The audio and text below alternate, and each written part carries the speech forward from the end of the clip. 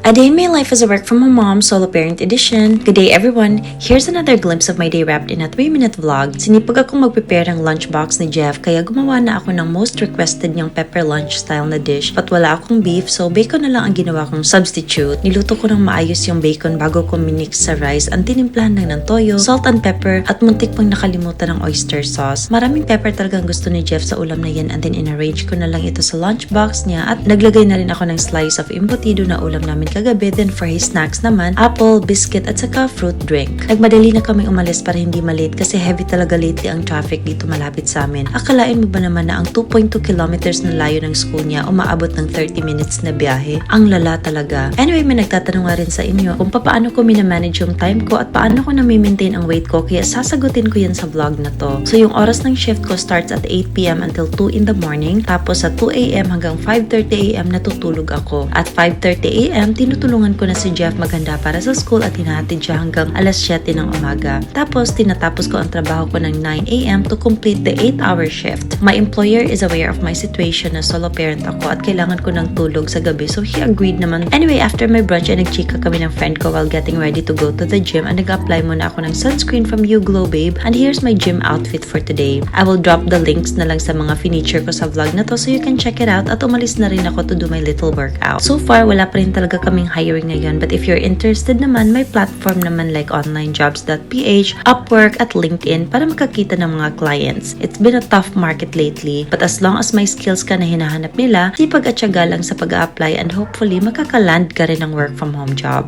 Sa pag-maintain naman ng weight ko, siguro isang factor na twice a day lang ako kumakain. Pagising ko sa tanghali at saka dinner time. Malaki naman ang mga portion ng mga kinakain ko but siguro dahil hindi rin ako mapakali sa bahay kaya nami-maintain ko ang weight ko. I always move around. Nagigilty ako kapag isang oras ang lumipas sa kakascroll ng phone kaya binabawi ko sa gawaing bahay. Akit baba at nag-organize kung ano na lang ang naisipan kong gawin. Basta malikot ako minsan sa bahay. Nagluto na rin ako ng dinner namin ng maaga para mapalambot ko pa itong pork ribs at ginamit ko lang itong air fryer from Simplus kasi marami rin sa inyo ang nag-recommend na mag-air fryer ako so finally ito na. Nakatulog na si Jeff mula sa paglalaro niya kaya hinayaan ko na lang siya while waiting rin na maluto yung pagkain at nagtupi rin ako ng damit. Multitasking sa bahay is the key para ma-manage ko rin ang time ko. Kapag mayroon akong gawain sa bahay, minsan nagluluto ako ng ulam na hindi na kailangan bantayan palagi para magawa ko pa ang mga gawain ko. And after ko na mag-organize ng mga tinuping damit ay tama naman at naluto na ang dinner namin so I just plated our meal at ginising na si Jeff. Hindi pwedeng walang laman ang tiyan bago matulog ang bata and that's always been mostly our setup. The day ended just like that at nag-night skincare na ako before ako mag-log into work. First task ko talaga ay to check emails and mag-update ng mga trackers and good muna ako. Thank you so much for watching. Bye!